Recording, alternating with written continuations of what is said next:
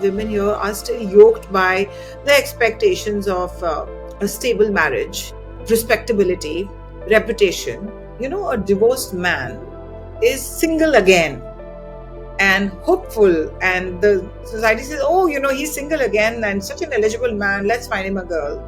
But a divorced woman is marked, that she's divorced.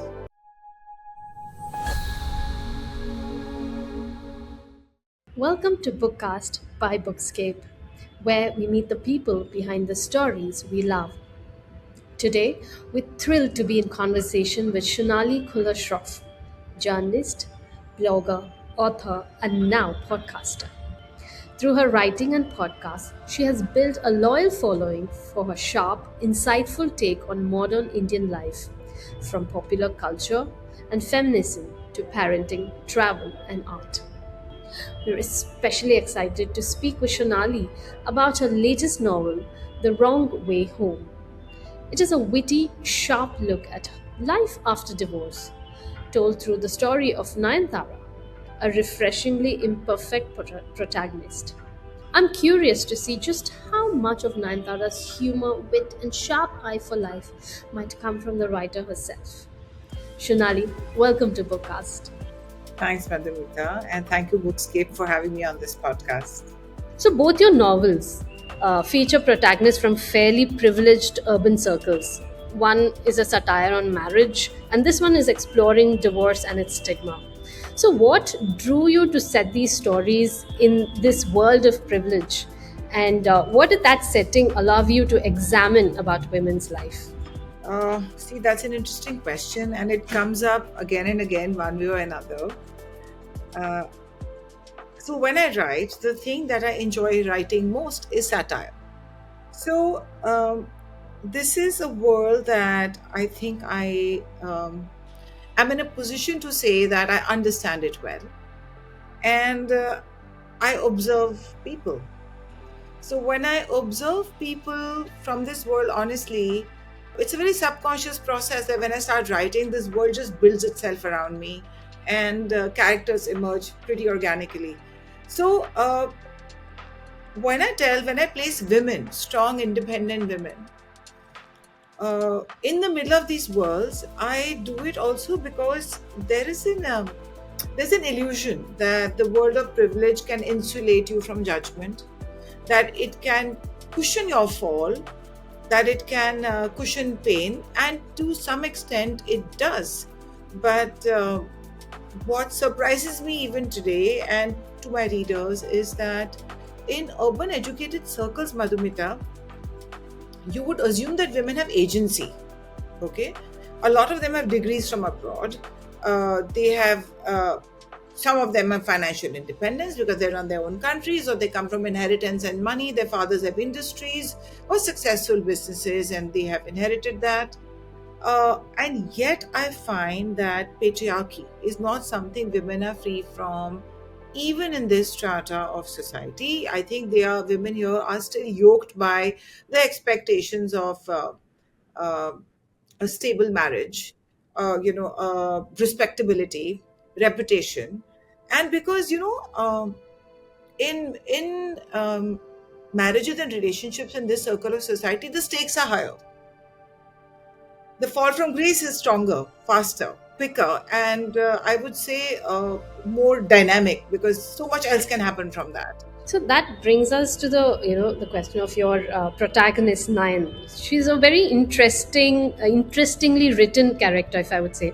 So she's flawed and she's very human, and she's insecure, she's jealous, she's impulsive, she stalks her ex relentlessly while she's working, and ignoring calls and work. She like stalks them throughout.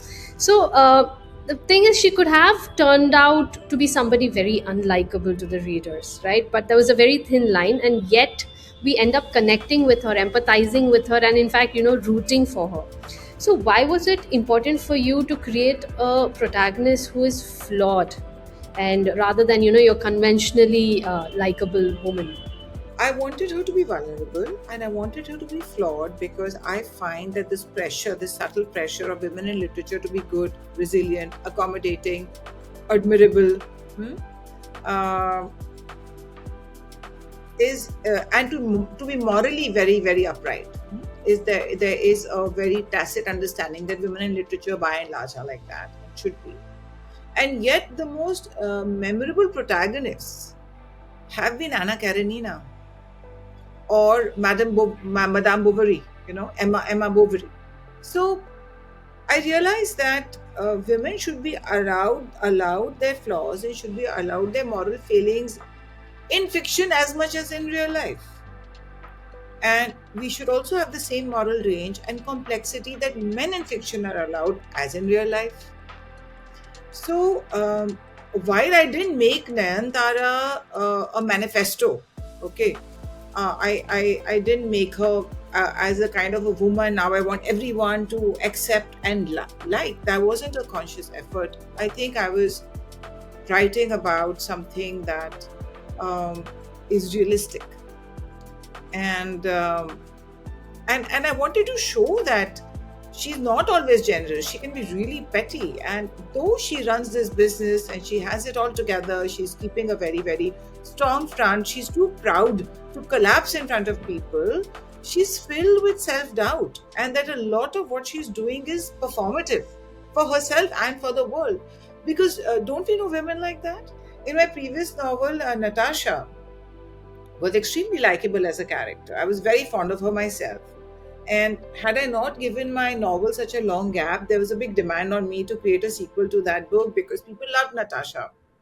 Right. I think that idea also extends to her character arc, where she immediately doesn't rise like a phoenix after the divorce. So that she stumbles along the way. There's a lot of doubts. She doubts herself, and the rise is quite staggered and kind of slow. So is so I think that works well with your intention of having to show a very realistic, flawed person as well. Yeah, because life is messy, and even though my book is not really about divorce, divorce is just a part of it. I think my book is largely about what happens to single women in their late 30s and early 40s because now they are navigating this universe unattached without uh, a man or a husband or a partner to define one half of their identity. So, life is complicated, and a life after divorce or life of a single woman, even more so. So, I just wanted to bring that across.